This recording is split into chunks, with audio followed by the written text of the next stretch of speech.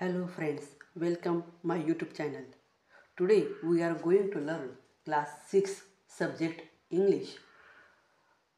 Lesson आहे किंवा story आहे 4.1 the nightingale and the nobleman. ही जी स्टोरी आहे या स्टोरीचं एक्सप्लेनेशन मराठीत भाषांतर हे मी मागील व्हिडिओमध्ये केलेलं होतं. आज आपण या the nightingale and the nobleman या स्टोरीचे पॉइंटर्स किंवा क्वेश्चन आणि आन्सर्स या ठिकाणी लर्न करणार आहोत. Pointers. Question number first, read the story and say whether the following statement are true or false. ही स्टोरी रीड करायची आणि त्यानंतर रीड केल्यानंतर खाली दिलेली जी काही स्टेटमेंट आहे, खाली दिलेली वाक्य आहे, ही वाक्य चूक की बरोबर ते सांगायचे. First sentence, no bird likes to be shut up in a cage. हे सेंटेन्स आहे ट्रू. मग या ठिकाणी मी माझ्या नोटबुकमध्ये हे जे ट्रू आणि फॉल्सचा क्वेश्चन आहे तो मी माझ्या नोटबुकमध्ये राईट डाऊन केलेला आहे. या ठिकाणी तुम्ही पाहू शकता. Number first, A, no birds like to be shut up in a cage. पिंजऱ्यामध्ये कोणत्याही पक्षीला बंद केलेलं आवडत नाही. मग हे सेंटेन्स कसं आहे? True. Next sentence, the noble man was rich and happy. तो जो नोबल मॅन होता तो कसा होता? रिच आणि हॅप्पी, श्रीमंत आणि आनंदी होता. तर हे सेंटेन्स कसं आहे? फॉल्स. त्यानंतर the noble man did not set the bird free. त्या ठिकाणी त्या नोबल मॅनला ते जे पक्षी आहे तर त्या पक्षीला फ्री करण्याची इच्छा नव्हती. तर हे सेंटेन्स कसं आहे? False. The noble man didn't think much of the secret. त्या नोबल मॅनला गुप्त रहस्य हे काही माहीत नव्हतं. मग हे सेंटेन्स कसं आहे? ट्रू. किंवा आनंदाविषयी जे काही रहस्य आहे ते माहीत नव्हतं. मग हे सेंटेन्स कसं आहे? True. Next sentence, the nightingale had rare diamond under his wings. त्या नाइटिंगेलने सांगितलं होतं की माझ्या विंग्सच्या खाली डायमंड आहेत. मग हे सेंटेन्स कसं आहे? फॉल्स, रॉंग आहे. द नोबल मॅन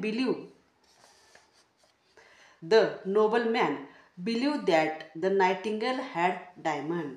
नोबल मॅनने त्या नाइटिंगेल त्या पक्षावर विश्वास ठेवला होता. हे सेंटेन्स कसं आहे? ट्रू, बरोबर आहे. The nightingale flew away. Nightingale ही आकाशात उडाली, वर उडाली, उंच उंच उडाली. हे सेंटेन्स कसं आहे? ट्रू. तर अशा प्रकारे क्वेश्चन नंबर फर्स्ट हा या ठिकाणी मी सॉल्व केलेला आहे. त्यानंतर question number second, solve the following puzzle. खाली एक पझल दिलेलं आहे म्हणजे कोडे दिलेले आहे. The letters in the pink boxes form the names of the birds in the story. या स्टोरीमधला जो पक्षी आहे त्या पक्षीचं नाव हे या ठिकाणी या पिंक्स बॉक्समध्ये दिलेलं आहे. जे पिंक कलरचं बॉक्स आहे, ही जी लाईन आहे, या बॉक्सेसमध्ये जे अक्षर दिले त्या अक्षरावरून पक्षाचं नाव तयार होतं आणि तो पक्षी या स्टोरीमधला आहे. Use the letter given on the right and the letter in the pink box to make words from the story. या ठिकाणी राईट साईडला वर्ड्स दिलेले आहे. तर हे वर्ड्स घेऊन या ठिकाणी आपल्याला हे जे एम्प्टी बॉक्सेस आहे हे या ठिकाणी फिलअप करायचे आणि हे वर्ड्स आपल्याला या स्टोरीमध्ये पाहायला मिळतील. मग या ठिकाणी फर्स्ट वर्ड आहे, इथे एन दिलेला आहे. या ठिकाणी हे जे स्पेलिंग आहे NIGHTINGALE हे आहे नाइटिंगेल. म्हणजे या स्टोरीमधलं जो पक्षी आहे त्या पक्षाचं नाव हे या ठिकाणी दिलेलं आहे. ही जी पिंक कलरची लाईन आहे हे पक्षाचं नाव आहे आणि तो पक्षी या स्टोरीमधला आहे. मग आता आपण या साईडला हे वर्ड्स दिलेले, हे वर्ड्स घेऊन या ठिकाणी आपल्याला पूर्ण वर्ड हा या ठिकाणी तयार करायचा आहे आणि हे वर्ड आपल्याला स्टोरीमध्ये पाहायला मिळतील. मग इथं WO दिलेला आहे. मग या ठिकाणी इथं O लिहायचा, इथं W लिहायचं म्हणजे वर्ड तयार होईल नाऊ, NOW. अशा प्रकारे आपल्याला हे वर्ड या ठिकाणी लिहायचे आणि एक वर्ड या ठिकाणी तयार झाला पाहिजे. हे जे लेटर्स आहे हे या ठिकाणी भरायचे आणि एक वर्ड या ठिकाणी तयार करायचा आहे. सेकंड आहे BIRD. बी हा बी इथं आहे, मग RD BIRD असा बर्ड हा वर्ड या ठिकाणी तयार झाला. त्यानंतर या ठिकाणी CAGE केज म्हणजे पिंजरा. त्यानंतर यूज HUGE यूज. त्यानंतर या ठिकाणी आहे इथं मास्टर MASTER मास्टर. त्यानंतर इथं आहे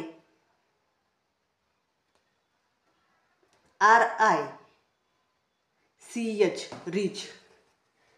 त्यानंतर अंडर UNDER.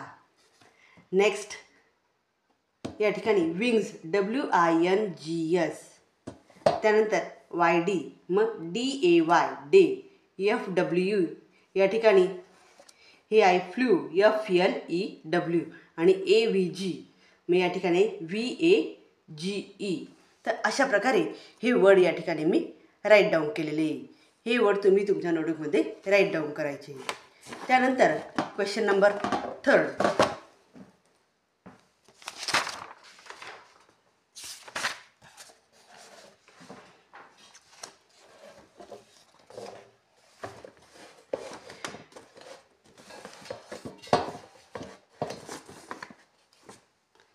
या ठिकाणी क्वेश्चन नंबर 3.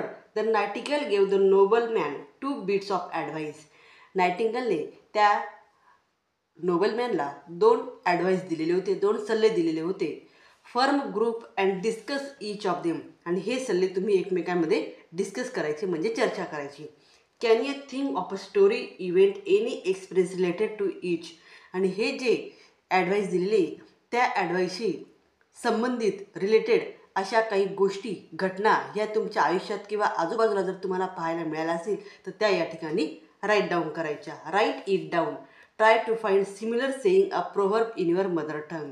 या ठिकाणी याच्यात ज्या 2 प्रोव्हर्ब्स आलेले आहे त्या प्रोव्हर्ब्स घ्यायच्या आणि त्या प्रोव्हर्ब्सवरून आपल्याला या ठिकाणी एखादी इव्हेंट हा या ठिकाणी राईट डाऊन करायचा आहे. मग फर्स्ट ही प्रोव्हर्ब आहे never cry over spilt milk.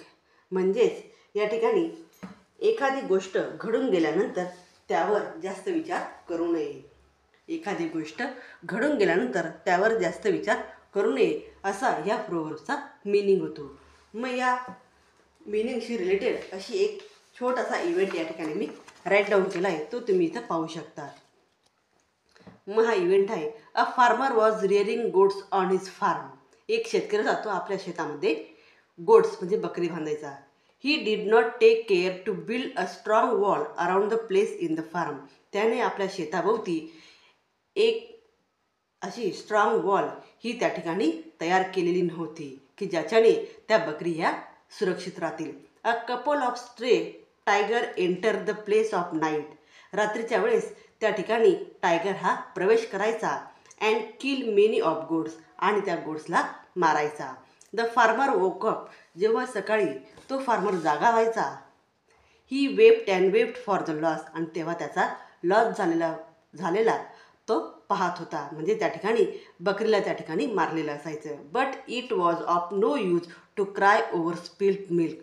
परंतु आता ह्या गोष्टीचा विचार करून काहीही उपयोग नाही. म्हणजे जे घडून गेलं किंवा जे वाईट घडलं, जे चुकीचं घडलं तर त्या गोष्टीचा विचार करू नये असं या ठिकाणी या जी प्रोव्हर्ब दिलेली ह्या प्रोव्हर्बवरून असा इव्हेंट या ठिकाणी आपण लिहू शकतो. Never cry over spilt milk ही या ठिकाणी प्रोव्हर्ब आहे.